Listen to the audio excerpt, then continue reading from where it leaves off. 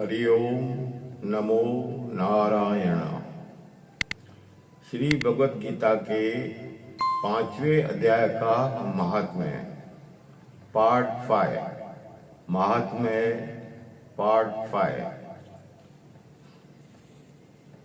श्री भगवान कहते हैं, देव अब सब लोगों द्वारा सम्मानित 5वें अध्याय का महात्म्य संक्षेप में बतलाता हूं, सावधान होकर सुनो।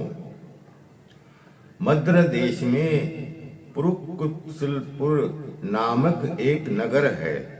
उसमें पिंगल नामक एक ब्राह्मण रहता था।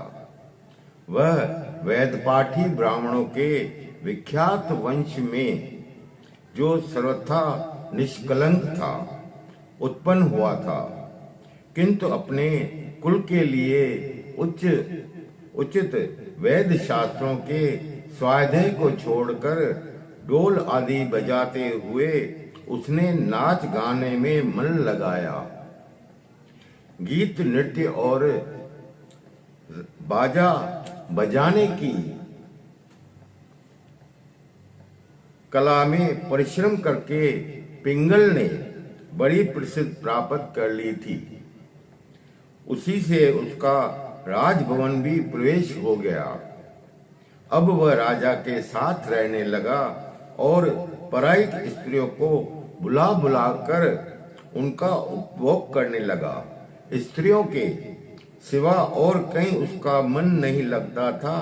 धीरे धीरे अभिमान बढ़ जाने से इच्छुक होकर वह एकांत में राजा से दूसरों के दोष बतलाने लगा। पिंगलिक एक स्त्री थी जिसका नाम था अरुणा। वह नीच कुल में उत्पन्न हुई थी और कामी पुरुषों के साथ विहार करने की इच्छा से सदा उनकी खोज में घुमा करती थी। उसने पति को अपने मार्ग का कंटक समझकर एक दिन आधी रात में घर के भीतर ही उसका सिर काटकर मार डाला। उसकी लाश को जमीन में गाड़ दिया। इस प्रकार प्राणों से युक्त होने पर यमलोक में पहुंचा और भीषण नरकों का उपभोग करके निर्जन वन में गिद्ध हुआ। यहाँ पे गिद्ध योनि बताते हैं, 84 लाख योनियां होती है। अरुणा भी बगंदर रोग से अपने सुंदर शरीर को त्याग कर घोर नरक भोगने के पश्चात उसी वन में सूखी हुई एक दिन वह दाना चुनने की इच्छा से इधर उधर फुदक रही थी। इतने में ही उस गिद्ध ने पूर्व जन्म के वैर का स्मरण करके उसे अपने तीखे नखों से फाड़ डाला। सूखी घायल होकर पानी भरी हुई मनुष्य की खोपड़ी में गिरी। गिद्ध पुनः उसकी ओर झपटा। इतने में ही जाल फैलाने वाले बहलियों ने उसे बाणों का निशान बनाया। उसकी पूर्व जना की पत्नी सुखी और खोपड़ी के जाल में डूबकर प्राण त्याग चुकी थी। फिर वह क्रूर पक्षी भी उसी में गिरकर डूब गया। तब यमराज के दूत उन दोनों को यमराज लोक ले गए। वहां अपने पूर्वकृत पाप कर्मों को याद करके दोनों ही भयभीत हो रहे थे। तदंतर यमराज ने जब उसे गुणित कर्मों पर दुष्टपात किया, तब उन्हें मालूम हुआ कि मृत्यु के समय एकमात्र खोपड़ी के जल में स्नान करने से इन दोनों का पाप नष्ट हो जाता है। तब उन्होंने उन दोनों को मनोवंचित लोक में जाने की आज्ञा दी।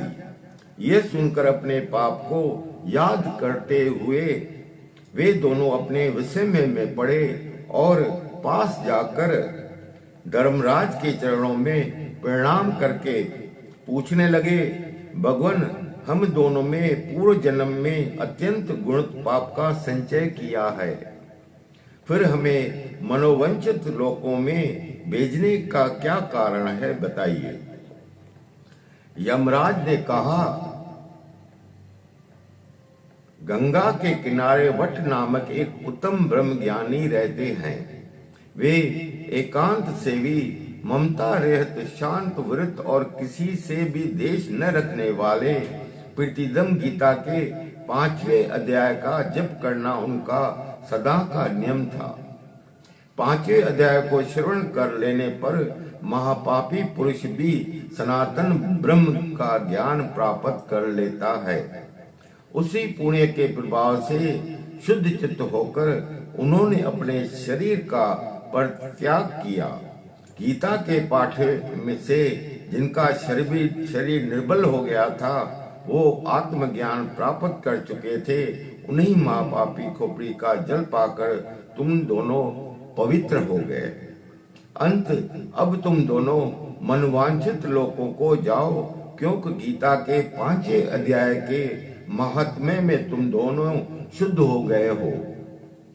श्री भगवान कहते हैं, सबके प्रति सम्मान भाव रखने वाले धर्मराज के द्वारा इस प्रकार समझाए जाने पर वह दोनों बहुत प्रसन्न हुए और विमान पर बैठकर वैकुंठ को चले गए। यहाँ भगवत गीता का महात्म्य का 5वां अध्याय समाप्त हुआ। हरि ओम नमो नारायण, हरि ओम नमो नारायण।